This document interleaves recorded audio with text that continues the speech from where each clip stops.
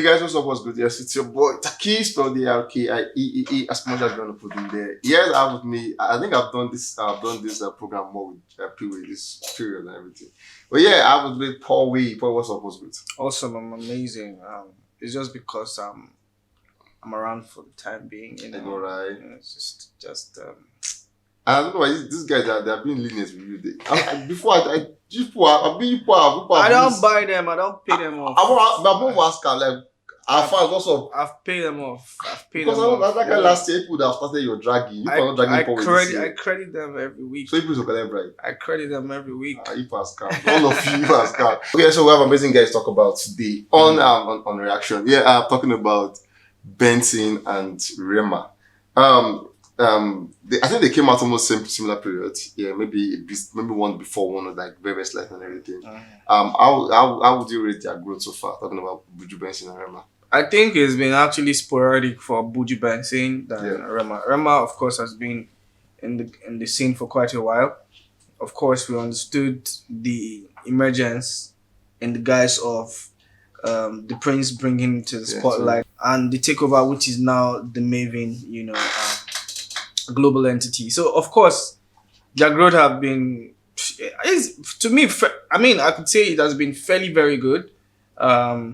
I didn't see Buju Benson actually spiraling so much, making so much of that kind of wave that we expected. But he's been really consistent, which is good. He's gotten thumbs up from the big A-list artists, from the Weezys, the Burners, to literally everybody who we consider to be A-list artists. So we could say that their growth pattern has been actually very good. But of course, Rema came out before Buju Benson. So yeah, obviously we know Rema came out. But then, don't you think you one can attribute for Rema? We know Rema has been under a label. Yeah, for Benson has not had this tag of a label like to himself. So Benson has been more of himself doing his own stuff. You think if he was under a label, say because we know at the point Weezy was endorsing him, like he had him on the stories, had song with him. You think if it sounded like Wizkid at the time, you think he would have had the same growth like Rema?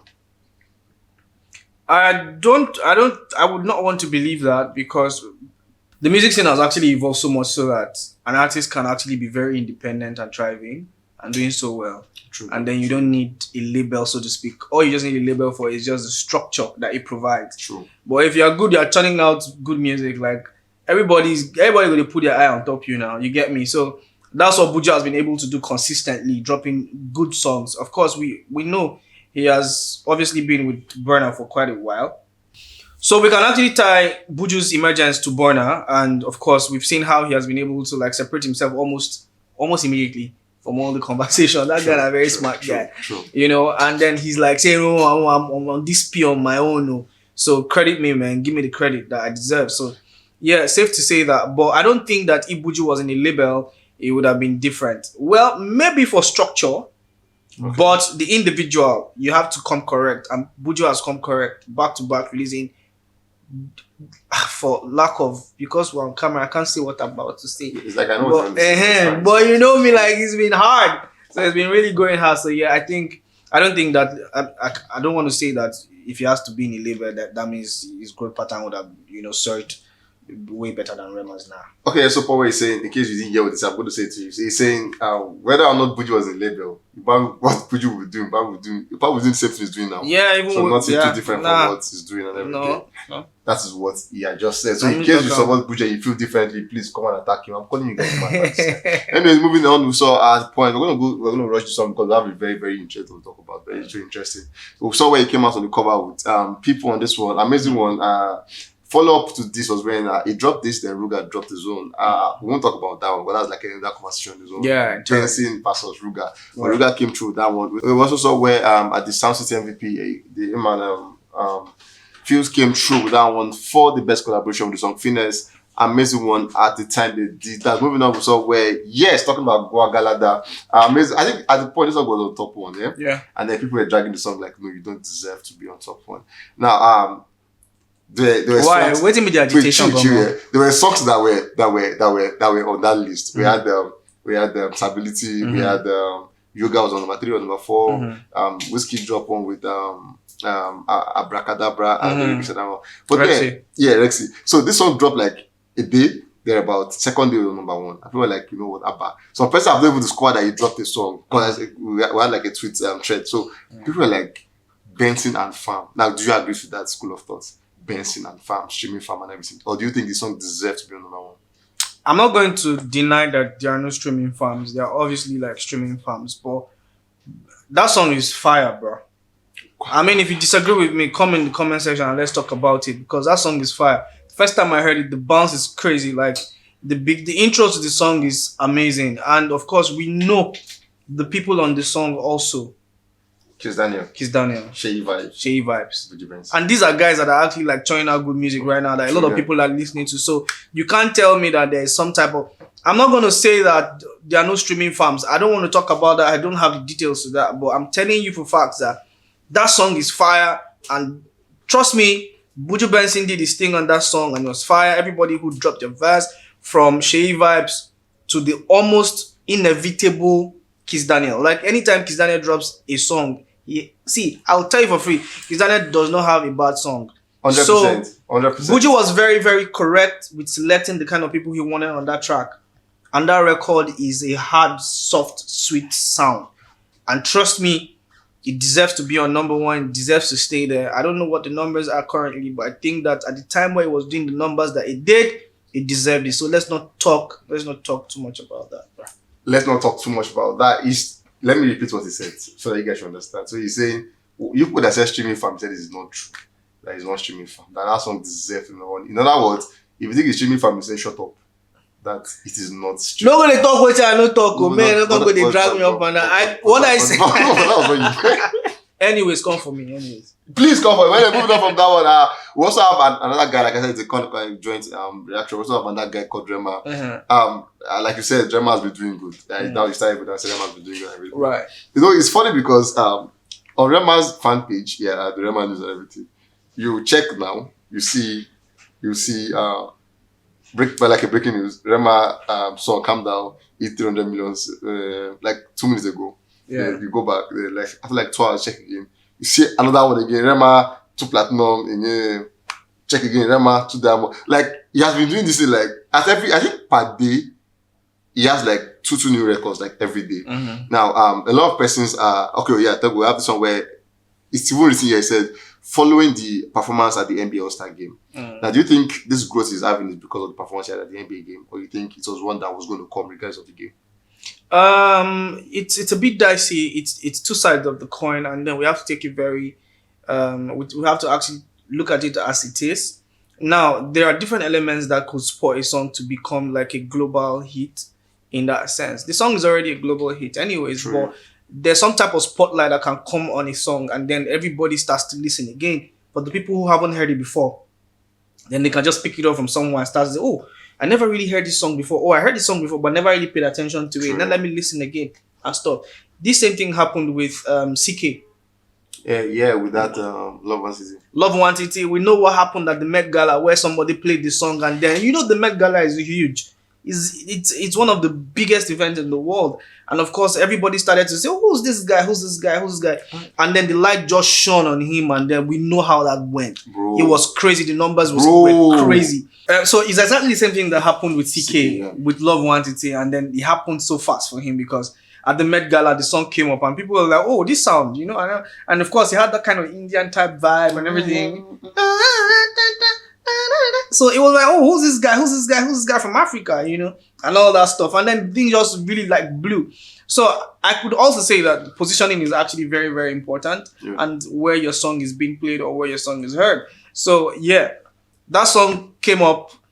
Obviously, he performed it at the NBA All-Stars game, and then a lot of people now, it gives a lot of more fans the leverage to actually like dive into the song, to hear the song, to listen, to stream. So all of these numbers coming up right now could also like be a resultant effect of the game. Yeah, the game. Anyway, moving on, we saw where the album, talking about Raven Rose's album, has been certified Snap Gold in France. It became the first African debut album to earn certification in the country. Big congratulations. Big congratulations to Rema. Moving on, talking about CK's one where he dominated the most everywhere and everything. For CK and Rema, who do you think is likely to do better in terms of numbers and charts with the rate at which Rema is going now? Speaking of current situations and where we are right now in terms of music and of course people who are churning out music. Yeah. It's hard to actually put a distinction, but then for probably clarity's sake and just to put a statement of fact out, I think with the way Rema is surging, Rema don't go Otilo. I saw someone calling the future. And then I guess the Otilo, future, because Otilo, true. because I don't know what's up with CKO, and of course, and then his last project was good, but probably really didn't like do the numbers that we expected. I felt like he could have been easy for him to ride off the wing and the waves of the the previous accolades and all the numbers that he did with the previous charts and stuff. But I can't say specifically what's going on. I hope that he's making good music right now, of course, because he never really delivers less. He's always like 100. And big credit to CK for that one. But right now, in terms of current trend, bro, Rema Tilo. Rema Tilo, if you know, I'm sure you guys are not Yoruba and everything. Rema Tilo is like, Rema has gone. It's gone. It's gone. I'm sure you know what's going on. Anyways, yeah, now back to the conversation of the day. Yeah. Right. So this is like one of the visuals for Rema BNXN, the one here with Timaya. Amazing video, yeah. Yeah. And then Code Outside. Code Outside. And yeah, this is like trending. Like a lot of people are having question about this thing. Yeah. For seeing this, for viewers' sake, you probably might not just like a door opening and everything. But yeah, there are like some hidden messages according to some persons. Right. Yeah, but it's like this. Do you know any time when it was learning this talk about Illuminati were everywhere, like Illuminati, Devil's Church, and like yeah. So people are drawing all of that now to this. Yeah. So we're seeing images that depict, as it were in quote, devilish sign. Yeah. And people are like something like this, and all. Moving on. This is just for Benson. For Rema, we've seen also where Rema has come down with artwork for projects where people do. It's funny because artwork is supposed to be made. It could be playful, it could be vibe, it could be cruise. But for stuff like this, a lot of people are putting meanings to it. Having fire somewhere, having skull somewhere, having octopus head, and all of that. Now, with what we've seen so far, is it making any bit of a sense to you that these guys could be doing something they should not be doing? That's like safe word to use. Okay, people do things because they want people to talk. Okay. You must know that. We live in an era where clout is like almost the most relatable thing right now, where it seems like if you're not clout chasing, you're almost not doing anything. Whether or not you're being genuine or you're being fake, people want to always like tag it to clout. Now, for somebody who is very artistic, and then the issue of faith and, in tandem to things like this, I'm always very, very careful when I like speak on this kind of subject, but I'm going to break it down the way I know it, right? Now, because artists want to always be in the conversation, they want to try as much as possible to be very relevant. So they choose different things and different ideas to run with. Okay. It's either in the way that they dress, the way that they comport themselves, where they want to be seen, or how they want their art to tell a story to people. So whether or not it has some type of connotations or for quote unquote devilish signs or anything, they know what they are doing. They're very, very aware of what they're doing. Sometimes or most times. Because you obviously, how music is actually done in a structured environment, in a structured, setting where I believe that these artists actually play. You have a team. Okay, you have people who are looking at every tiny bit of detail. True. The what's it called? The styling, the artwork, everything. So probably somebody in that team would have seen, oh, what's going on here? At that point, they say, feel it, leave it, don't worry. They might not be firm believers of whatever it is that those things connote. Okay. Right? Because there are people who are passive religious people. Now, because these kind of things appeal to different emotions and stuff, a lot of people who are called Christians will say, oh, don't do that. Or called spiritually inclined people will say, oh, don't do that. You shouldn't be listening to this kind of thing. You shouldn't be listening to this kind of thing. But for people who are less of that type, who belong to that category of, faith-based people, quote and unquote, will see it as art. But I'm not saying that these things, you cannot separate them actually, because we know the insurgence of that Illuminati period. We saw a lot of people coming to say, oh, this one don't join Illuminati and all that stuff. You cannot excuse it. These things exist. I'm telling you for fact check me. These things actually exist. And then, of course, there are a lot of your A-list artists who belong to. I'm not going to say anything. Do you know any of them? That's not for me to say on camera. But I'm saying that these things exist. But I don't want to say directly that these people are aware of or they are into things like this or anything. For me, I see it as art. I just want to pass it off as art. You want to pass it over? Okay, but then talking about passing it over as art, for Benson, okay, for something like Rema Zone, right?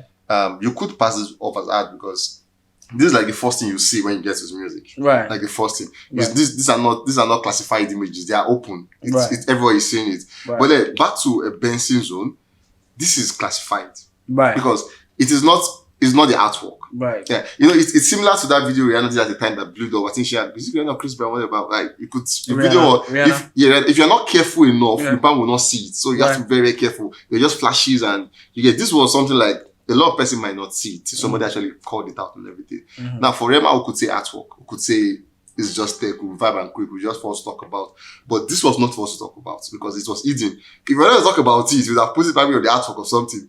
It actually, if you play this video, this lasted less than 1 minute or something, like maybe 2 nanoseconds. Barely stood 2 seconds. Barely stood 2 seconds. So for this one, we also call this one artwork. Or we just what's the title of this song? This song was on Code Outside. Code Outside. It could also connote to be different things. It's cold outside. I like the fact that you're being diplomatic about this matter. Okay, let's break it down. Let's come to the crux of the issue right now. I'm a creative, right? Yeah. And then when I write or I speak or I talk about certain subjects, my mindset might be different from what my audience would perceive me to be at. Now, I feel this sulere for my mind. You did lucky. Because art, there's something called artistic freedom, where it's like I can share my thoughts how I wish and how I want to share it, right? Now, cold outside, so cold outside, blah, blah, blah. That song, great song. Shout out to Timaya on that one and Buju. But it could also mean that, so it's cold outside, based on all these things, but we still there here. You get me? Like... I need to face you guys now because I'm lost. No. I don't understand again. If you know, you know. If you understand now, come and help me. I don't understand anything again. What you see? Exactly what I'm saying. What I'm saying. Wait. No fight. What I'm saying is, guys, listen to me. Let me talk to you. What I'm saying is this. Like, these things exist, right? These things exist, no cap. They actually do exist. But what I'm saying is, you can actually even put out these images and try to also, in your song or whatever it is that you're saying, try to distance yourself from it, right? So, for example, let's even go a bit religious now. Apologies to non-religious people, but let's go a bit religious. People who go to church, for example, if your pastor wants to do an annotation or analogy about these kind of things, wouldn't they put it up on the screen for people to see? Yeah, they would. Is it not a conversation? It is a conversation. Exactly what I'm saying. So all these things now, okay, are you going to tell me that like Buju was on set for this thing, except that it was a green screen and then this thing started to reflect later? But I don't believe that it was a green screen shoot. I believe that it was a proper shoot that had all these things on it. But regardless, I'm not even going to say that even when this video went through the edit phase and everything, Buju saw it. And if he was going to distance himself from me, he was going to say, "Oh, okay, no, I don't even want this," because you can't tell me that he did not see it. Obviously, he was in this room, so you actually saw everything. Do you understand? Yeah. So all I'm saying is, you might want to actually bring these things out, but then you might not be a part of it. I'm in Nigeria, but I'm not a Nigerian. You might be in Japan, but you're not a Japanese. Do you understand? I'm not trying to be fancist here, but I'm just saying that, listen. These things exist, but I don't know. I think we have to leave this topic. You guys go help me if you understand there. Well, let's check the comment section. Yeah. So of course, the person is saying Afrobeat is the next genre to use as a powerful mechanism. It's very powerful now. We were safe the times of Yuri Yuri. I'm with you, man. Bracket, yeah. Bracket, yeah. Those two guys. You say, wow, I'm just seeing the video for the first time. Right. The devil pollutes everything. Even my piano now is becoming weird with chants and all of that. I knew when Burna Boy, this is a foul. This is a foul. I knew when Burna Boy started chilling with Diddy, Afrobeat wasn't safe. Oh my The God. person is a foul. Wow. Oh You know my what I'm God. saying? No music you say, because it makes sense how the Afro scene has blew up so fast. All these new artists. Okay, let's stop here. Now, this person actually, now this is a talk conversation. This person is now saying, because yeah, we've seen people like those days before you blow, because we don't say get some people they blow, then the P Square, the badge. But now, someone in his house without, like you said, without manager, without any deal, just sing one song, him at his laptop, don't blow. So if person actually attributing all of that, saying maybe it's because there's a link somewhere, there's like WhatsApp link where they say come and join Illuminati, and then they join and they blow. Do you think would you want to agree with this person on this one? I mean, of course, I respect the person's thoughts, but I disagree because you don't let me even really make sense how the Afrobeat scene has blew up so fast. You cannot discredit the work and the blood and sweat of people who have become the founding fathers of Afrobeat, right? From the Two Faces to the bands, Wanda Cole's self, True. people who actually put us, put Afrobeat on the map, so to speak. So I don't think I don't think so. I don't think so. Afrobeat is just like every other genre of music who's actually taking its time to also evolve and also to become like a global phenomenon. So let's not do that. Okay, let's not. The person is saying, I don't even know why people are saying it's not true. Like, bro, let's be real.